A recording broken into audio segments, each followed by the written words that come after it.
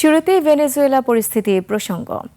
ভেনেজুয়েলার president মাদুরোকে new ইয়র্কে বিচার বিভাগের ডিটেনশন সেন্টারে বন্দী রাখা হয়েছে। তাকে আটক করার পর ট্রাম্প ঘোষণা দিয়েছেন ভেনেজুয়েলার তেল পরিকাঠামো পুনর্গঠন এবং দেশটির শাসনভার সাময়িকভাবে পরিচালনা করবে ওয়াশিংটন। ট্রাম্প প্রশাসনের এই পদক্ষেপকে অবৈধ অপহরণ ও সাম্রাজ্যবাদী আগ্রাসন বলে আখ্যা দিয়ে মাদুরো প্রশাসন জনগণকে শান্ত থাকার আহ্বান জানিয়েছে।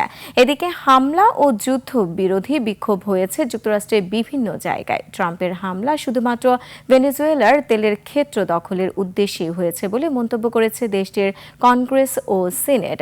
হামলার নিন্দা জানিয়েছে বিভিন্ন দেশ ও আন্তর্জাতিক সংস্থা। বিস্তারিত আফসানা নীলা রিপোর্টে।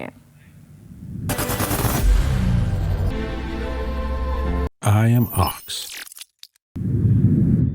ভেনেজুয়েলায় দফায় দফায় হামলার পর রাজধানী কারাকাস থেকে বন্দী নিকোলাস মাদুরোকে স্ত্রীসহ নিউ ইয়র্কের স্টুয়ার্ট এয়ার ন্যাশনাল গার্ড ঘাঁটিতে নিয়েছে ট্রাম্প প্রশাসন। তাকে রাখা হয়েছে হাই সিকিউরিটি মেট্রোপলিটন ডিটেনশন সেন্টারে।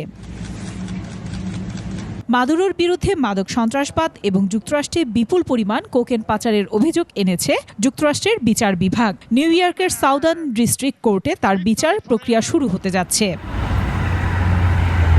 এরই মধ্যে ট্রাম্প ভেনেজুয়েলাকে পরিচালনা করার ঘোষণা দিয়েছেন।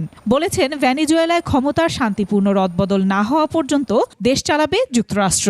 শুধু তাই নয়, যুক্তরাষ্ট্রের তেল কোম্পানিগুলো ভেনেজুয়েলার সব খনি নিয়ন্ত্রণে নেবে বলেও জানিয়েছে ট্রাম্প। প্রয়োজন হলে ভেনেজুয়েলায় দ্বিতীয় দফায় বড় হামলার হুমকিও দিয়েছেন।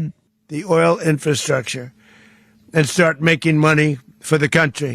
এদিকে ট্রাম্প বিরোধী বক্তব্য উঠে আসছে খোদ যুক্তরাষ্ট্র থেকেই। মাদুরোকে আটকের নিন্দা জানিয়েছেন নিউ ইয়র্কের মেয়র জোহরান মামদানি। এ ঘটনাকে নির্লজ্জ সাম্রাজ্যবাদ বলেছেন যুক্তরাষ্ট্রের স্বতন্ত্র সিনেটর বার্নি স্যান্ডার্স।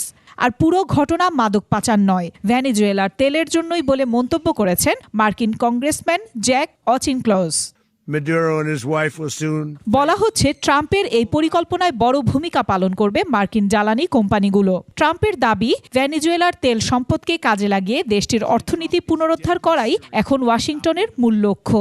আর এর মধ্য দিয়ে ট্রাম্প যুক্তরাষ্ট্রের তেল কোম্পানিগুলোর প্রধানদের কাছে তার নির্বাচনী প্রতিশ্রুতি পূরণ করছে বলে জানিয়েছে সমালোচকরা।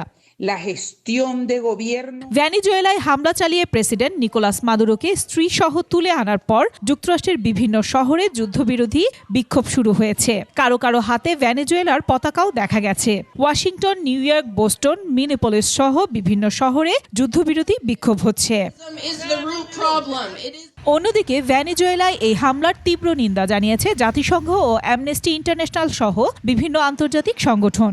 হামলার নিন্দা ও উদ্বেগ জানিয়েছে রাশিয়া। মস্কো ভেনেজুয়েলার জনগণের প্রতি পূর্ণ সমর্থন জানিয়েছে।